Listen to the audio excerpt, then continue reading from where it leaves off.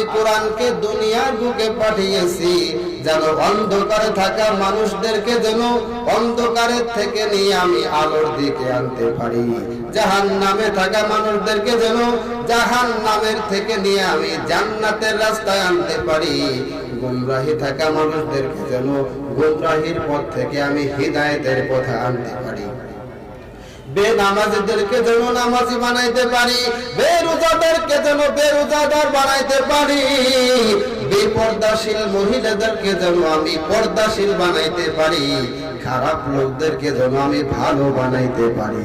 আমি কোরআন এই জন্য দুনিয়ার বুকে এসেছি। সুবহানাল্লাহ। বাড়িতে যাবেন ভালো কথা, তুমি দুনিয়ার বুকে এসেছো, তাহলে তুমি দুনিয়ার বুকে এসেছো কোন সময়? আরবিতে 12টা মাস, এই আরবিতে 12টা মাসের ভিতরে কোন মাসে তুমি দুনিয়ার বুকে এসেছো? তাহলে কোরআন শরীফ বলতে পারবে কি পারবে না? আল্লাহ তাআলা বলেন সূরাতুল বাকারা 2 নম্বর সূরা 85 নম্বর আয়াত, আল্লাহ তাআলা বলেন শাহরু রমাদানাল্লাযী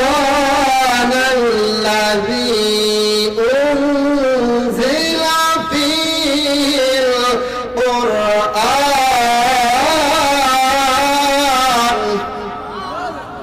হুদাল লিন্নাসি ওয়া বাইনাতিন মিনাল হুদা ওয়াল ফুরকান।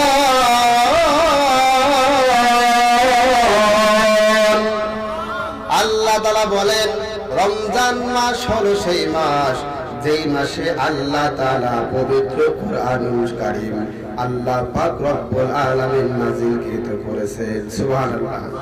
রমজান মাসে পবিত্র কোরআন শরীফ নাযিল করেছে। ভালো কথা, রমজান মাসে 30টা দিন 30টা রাত রয়েছে। এই 30টা দিন 30টা রাতের ভিতরে তুমি কি দুনিয়ার বুকে রাতের বেলায় এসেছো নাকি দিনের বেলায় এসেছো? তাহলে আল্লাহ তাআলা বলবেন সূরাতুদ দুখান 44 নম্বর সূরা 3 নম্বর আয়াত, আল্লাহ তাআলা বলেন ইন্না